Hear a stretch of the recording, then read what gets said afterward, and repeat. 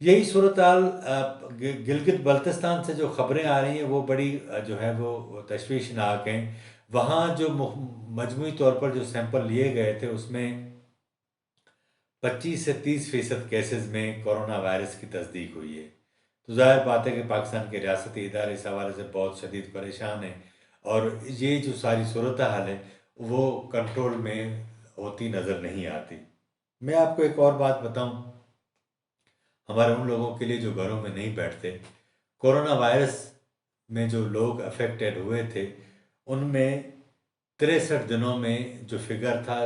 63 دنوں میں یعنی 2 ماہ 3 دن میں وہ لوگ کیسز جو تھے 1 لاکھ تک پہنچے تھے، لیکن 11 دن میں یہ کیسز بڑھتے، جو 1 لاکھ تھے وہ 2 لاکھ ہو گئے، اور 4 دن کے دوران وہ کیسز جو 2 لاکھ تھے وہ 3 لاکھ ہو گئے۔ تو آپ اس کی اسپیڈ کا اندازہ لگا سکتے ہیں کہ کیا صورتحال ہونے جا رہی ہے۔ لیکن میں آج آپ کو ایک بات بتاؤں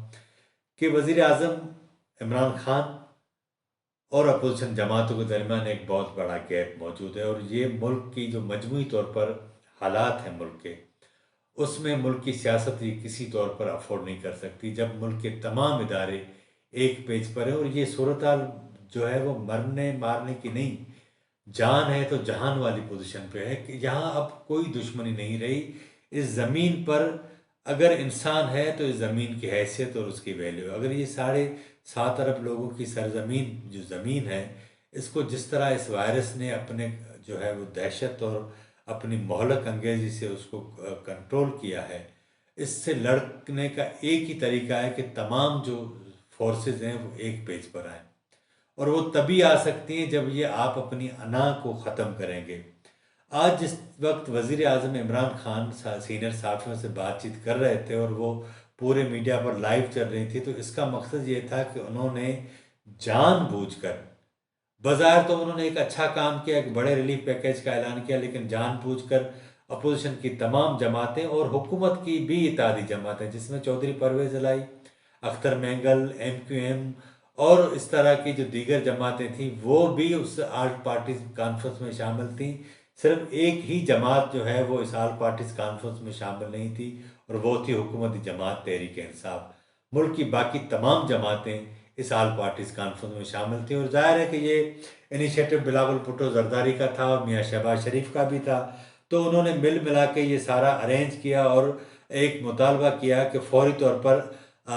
مشترکہ مفادات کونسل کے اجلاس روزانہ کی بنیاد پر کیے جائیں، اور ان اجلاسوں میں ہی تمام صوبوں کو آن بورڈ لے کر فیصلے کیے جائیں۔ اس وقت ایک طرف تو وزیر اعظم عمران خان صاحب 18ویں ترمیم کی روح کو تسلیم کر رہے ہیں، وہ کہہ رہے ہیں کہ صوبے خود مختار ہیں، وہ فیصلے کر رہے ہیں، ہم ان میں اپنا انپوٹ تو دیتے ہیں، لیکن یہ اس وقت جو صورتحال ہے وہ 18ویں ترمیم سے بہت آگے بڑھ چکی ہے۔ ہم سب کو مل ملا کے ایک پیج پر آنا ہوگا۔ وزیر اعظم عمران خان کو چاہیے کہ وہ اپنی انا کا جو ہے وہ قتل کریں، اس کی تسکین اس میں نہیں ہے کہ وہ اپوزیشن جماعتوں سے الگ بیٹھ کر جو ہے وہ اپنی دیگ پکائیں۔ یہ تمام معاملات اس ملک کے 22 کروڑ لوگوں کا اور اس دنیا کے اندر بسنے والے 7.5 ارب لوگوں کا، ہم کسی نہ کسی طور پر لوگوں کو جو ہے وہ افیکٹ کرتے ہیں، جس طرح لوگوں نے ہمیں کیا۔ لیکن اس وقت پاکستان کی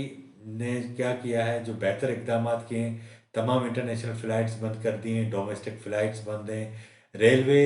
کی ٹریفک بند کر دی گئی ہے، ملک بھر میں چلنے والی ٹرانسپورٹ بند کر دی گئی ہے، صرف انٹر سٹی ٹرانسپورٹ تھوڑی بہت چل رہی ہے، وہ اس لیے کہ کھانے پینے کی اشیاء اور دیگر ضروریات کی چیزیں پہنچائی جا سکیں۔ اس ساری صورتحال میں یہ ایک بہت اچھی بات ہے کہ حکومت کی جانب سے ایک پیکیج کا اعلان کیا گیا ہے، لیکن میرا خیال ہے کہ آنے والے دنوں میں اس پیکیج سے کام نہیں چلے گا۔ جو صورتحال بننے جا رہی ہے اس میں ہمیں اور پیسوں کی ضرورت پڑے گی۔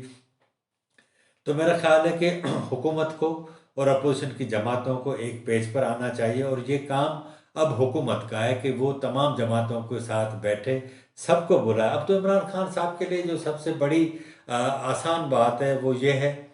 کہ وہ ان کو کسی کے ساتھ مصافحہ بھی نہیں کرنا پڑے گا، کسی کے ساتھ روبرو بھی نہیں بیٹھنا پڑے گا، صرف ویڈیو لنک کے ذریعے تمام جماعتوں کو آن بورڈ لینا ہوگا۔ تو اس کا یہ پیغام یہ جائے گا تمام ریاستی اداروں کی جانب سے، تمام سیاسی جماعتوں کی جانب سے، اس ملک کے 22 کروڑ لوگوں کو، کہ ان کی جو قیادت ہے وہ ایک پیج پر ہے، اور ان کے کہنے پر تمام لوگ عمل پیرا بھی ہوں گے، اور وہ جو فیصلے ہوں گے وہ کلیکٹیو فیصلے ہوں گے، اور اس کے نتیجے میں ہم انتہائی جلدی سے اس وبا سے نکلنے میں ہمیں مدد ملے گی۔ آج کے پروگرام میں اتنا ہی۔ اگر آپ کو ہمارا پروگرام اچھا لگا ہو تو اسے سبسکرائب کریں، شیئر کریں، اور اپنی رائے کا بھی اظہار کریں، تاکہ آنے والے دنوں میں ہم اس کو مزید بہتر کر سکیں۔ مجھے اجازت دیجیے، اللہ حافظ۔